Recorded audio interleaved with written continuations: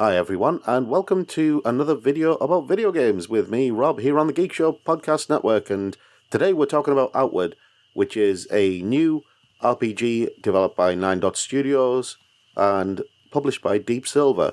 And thank you again to Deep Silver for sending us a PS4 review copy of the game. Let me get this right out of the way, straight away. I love this game. And I will give you the reasons why. Now, at first glance, Outward seems like your typical third-person action RPG. Everything seems straightforward. You think you know what you're getting into. You think it's going to be like The Witcher 3 or Assassin's Creed or any of these other action RPGs. Well, nothing could be further from the truth. You don't know what you're getting into when you play this game. There is a learning curve, and I highly recommend doing the tutorial before you start playing the game. It might seem like an odd thing, because normally with an action RPG you can dive straight in, you learn how to play it as you're going along. There are little tips and instructions on how to do things. That's what you normally get. And there are some things of that ilk in Outward as well, but they pale in comparison to actually doing the tutorial. The tutorial is a big help, and it's a boon that 9 Dot Studio have actually done a really fairly comprehensive tutorial. It will teach you a lot of the basics that you will need to know about how to play this game, about the correct approach to this game, because there is a correct approach to this game. This isn't your typical action RPG or anything like that. But we will get to that in a minute. First up is obviously you're going to look at this game and you're going to think, well, the graphics aren't that great. And yeah, okay, it is a little rough around the edges.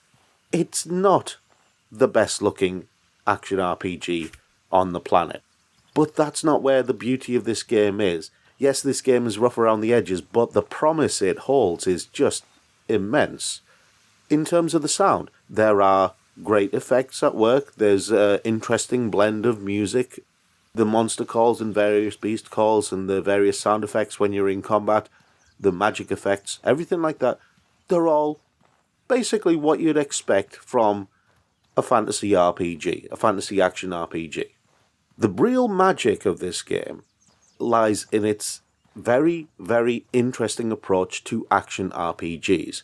And that approach is highlighted best with one word: adventure.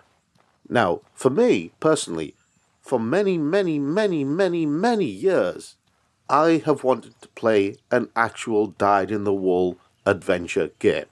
Something that rekindled the old magic I felt when I first played Shenmue back on the Dreamcast, where I could go exploring, where I could talk to people, where I had to learn how to play the game the correct way. And yes, that might seem like a tried and true formula for RPGs these days, but Outward is a very particular game in that you can't die in this game. Seriously, you can't. What happens though is that you get saved and then you have to recover, and then you have to repair your equipment, you have to feed yourself, you have to drink the correct type of water, because if you drink the wrong type of water, then you will either get poisoned or infected or dehydrated even more. Do you begin to see where I'm going with this? Outward relies on you using your common sense, relies on you using your logic, and basic things that you could actually use in the real world, basic things that apply in the real world. For example, if you drink seawater, because of the salt content in seawater, it will make you more thirsty. If you drink rancid water, you will get an infection. If you eat rotten meat, you will get ill, and you'll start vomiting. And then you'll get confusion and various other status effects. Basic common sense. You can't simply eat wall chicken and stuff like that, or floor chicken. You can't rummage around bins and knock them over and suddenly find a whole loaf of bread or something like that. Yes, some of the old RPG tropes are still in there. You can go into people's houses and rummage through their cupboards and stuff like that. But less so, because every action that you take in Outward has an effect. Every choice you make has an effect, and while you can't die when you're out in the field, there is no fast travel. So what it costs you instead is time. The time it takes for you to travel from A to B. The time it takes for you to go from where you are to where you were when you basically were incapacitated. And that is a very cumbersome thing, and that may seem like a detriment to this game. But because every choice you make and every action you make has to be considered in this game, even the most basic things that you wouldn't even think of in another action RPG actually have a heavy influence on how you play this game.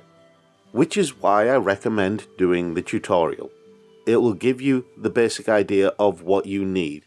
Things that you take for granted in other action RPGs, you can't take for granted in this. And that is part of the challenge. Okay, it's not like your Dark Souls and stuff like that where you're facing a giant complicated monster and you have to beat them with whatever weapons that you have. In this, the challenge is more cerebral. It's more about how you plan your attack. It's more about how you plan your approach. It's more about how you plan your expedition. And this is why I said adventure. What I have wanted for all of these years is a game where I am a true, dyed-in-the-wool adventurer. My goal is my own, not part of a storyline. Yes, there is a storyline in here, but the storyline doesn't really dictate as much as you think.